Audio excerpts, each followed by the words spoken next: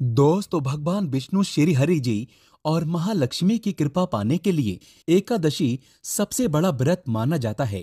ये व्रत न केवल जीवन में सुख शांति, भौतिक सुख, ऐश्वर्य, संपदा, उत्तम जीवन साथी और कार्य क्षेत्र में सफलता प्रदान करता है, बल्कि मनो उपरांत मोक्ष भी प्रदान करता है। हर एकादशी व्रत का एक अलग और खास महत्व होता है।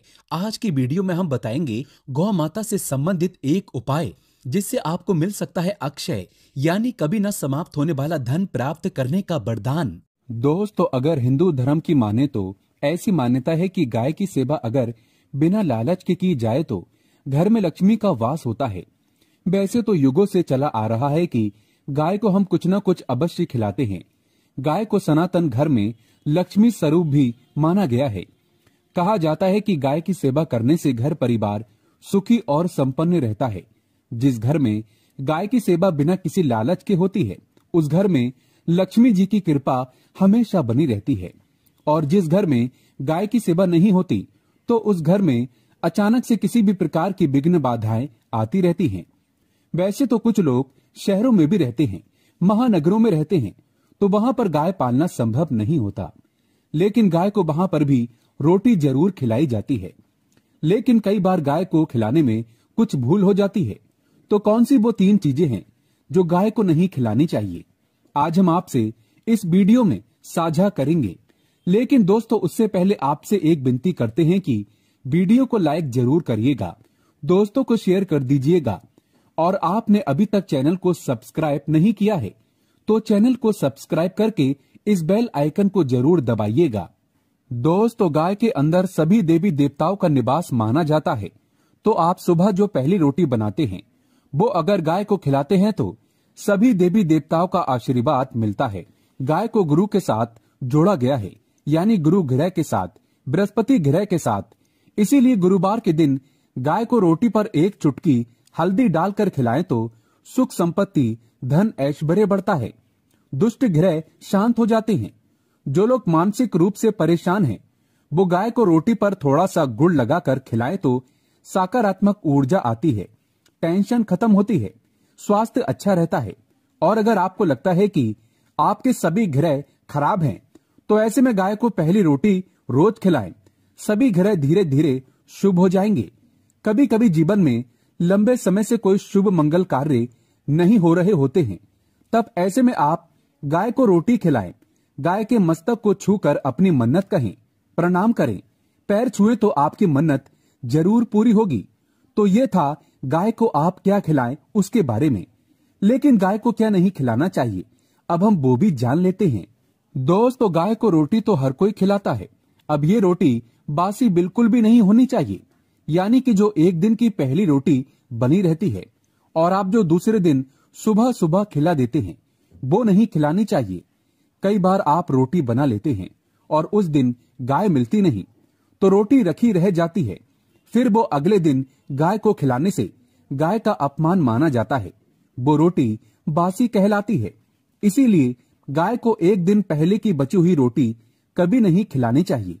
सड़ी गली चीजें, खराब चीजें गाय को कभी नहीं खिलानी चाहिए।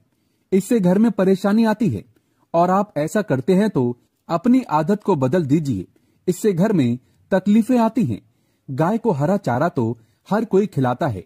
हरा चारा आप खिलाते समय एक बात का ध्यान रखें, गाय को सबसे ज्यादा पीपल का पत्ता लोग खिलाते हैं, पर पीपल का पत्ता आप खुद से तोड़कर मत खिलाना। दूसरी बात, आप घर में सब्जी लाते हैं तो साग आ जाता है, तो उसमें कुछ अच्छी चीजें तोड़कर रखकर बचा कुचा आप गाय को ना खिलाएं। आप जो देंगे वो गाय खा लेगी, लेकिन थोड़ी सी कुछ अच्छी चीजें मिलाकर गाय को खिला दीजिए तो ज्यादा फायदा होगा। गाय को दूध नहीं पिलाना चाहिए। आप दही चावल खिला सकते हैं, लेकिन दूध ताजा हो या बचा हुआ, परंतु गाय को भूल कर भी मत देना। तो 3 चीजें गाय को नहीं खिलानी चाहिए। एक तो बची कुची रोटी नहीं खिलानी चाहिए। कोई भी अनाज बच जाए तो उसे दूसरे दिन गाय को नहीं खिलाना चाहिए। जैसे बासी चावल, बासी बची कुची रोटी नहीं खिलानी चाहिए। और अगर आप चारा खिलाते हैं तो सड़ा गला मत खिलाइए, और अगर खिलाते हैं तो उसमें कोई उसके साथ कुछ अच्छी चीजें मिला लें। और गाय को दूध भी नहीं पिलाना है, ये चीजें बिल्कुल भी नहीं खिलाएं, नहीं तो घर में गरीबी आती है। माता लक्ष्मी आपके घर में वास करना छोड़ देती है। 84 लाख योनियों के सफर करके आत्मा अंतिम योनि के रूप में गौ का रूप धारण करती है। गाय लाखों योनियों का वो पड़ाव है जहां आत्मा विश्राम करके आगे की यात्रा शुरू करती है। दोस्तों, गाय का कोई अपशगुन नहीं होता। जिस भूभाग पर मकान बनाना हो तो वहां पर अगर आप 15 दिन के लिए गाय और बछड़ा बांध देते हैं तो वो जगह पवित्र हो जाती है। ऐसी जमीन से बहुत सारी आसुरी शक्तियों का नाश हो जाता है, क्योंकि गाय में सकारात्मक ऊर्जा का भंडार माना गया है। दोस्तों, गाय का मार्ग रोकना।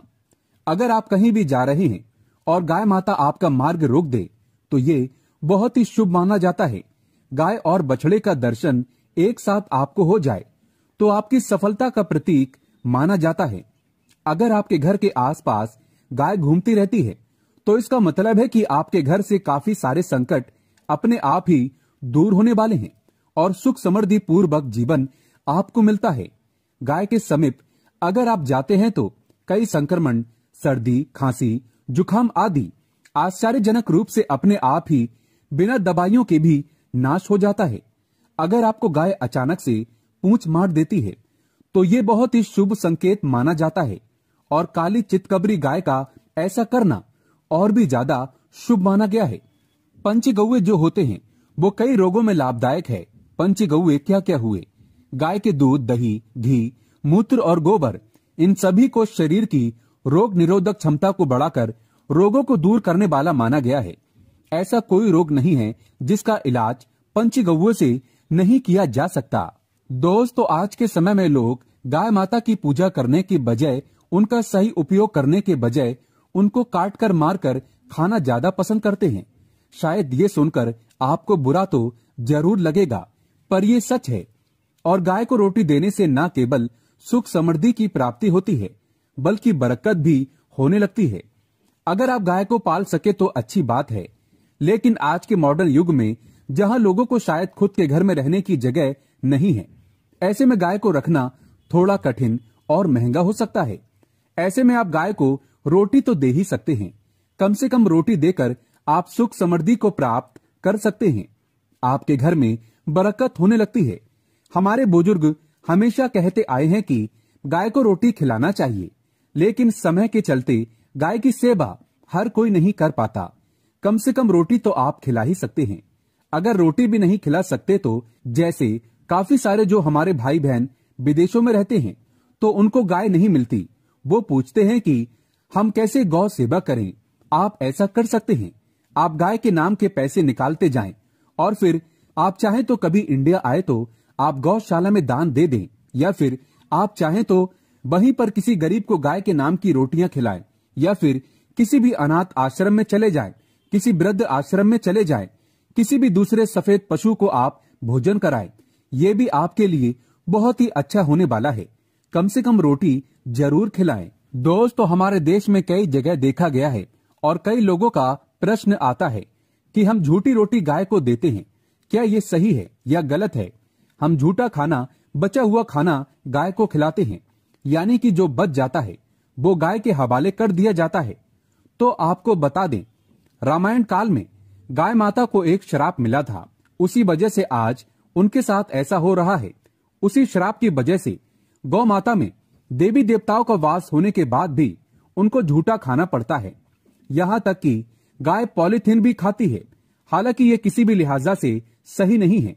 आपको बता दें, वाल्मीकि रामायण में सीता द्वारा पिंडदान देकर दशरथ की आत्मा को मोक्ष मिलने का संदर्भ आता है।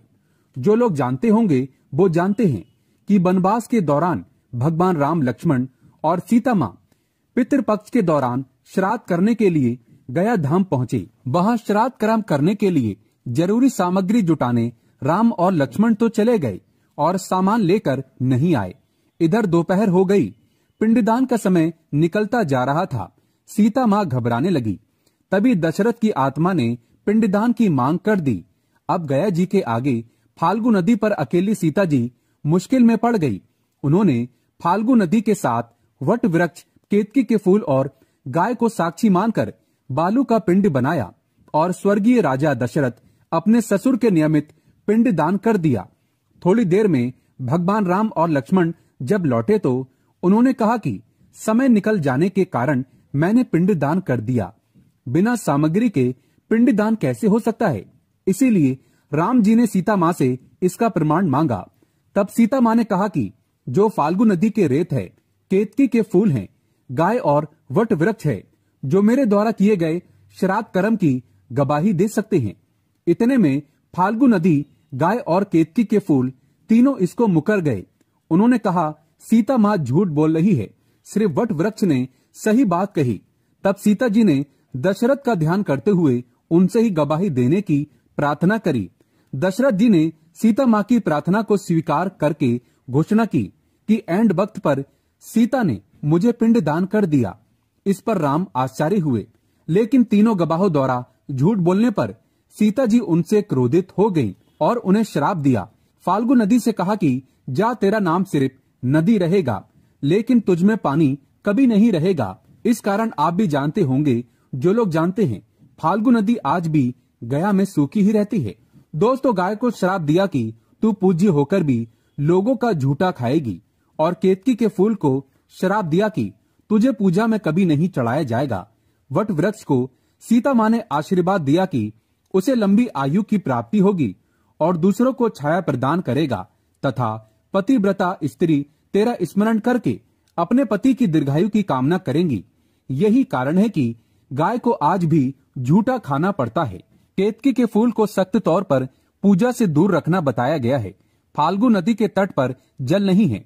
सीता कुंड में पानी के अभाव में सिर्फ बालू या रेत में पिंड दान किया जाता है। दोस्तों, शास्त्रों के मुताबिक गाय माता में सारे देवी देवता निवास करते हैं। 33 कोटि देवी देवता और पितृ का निवास होता है।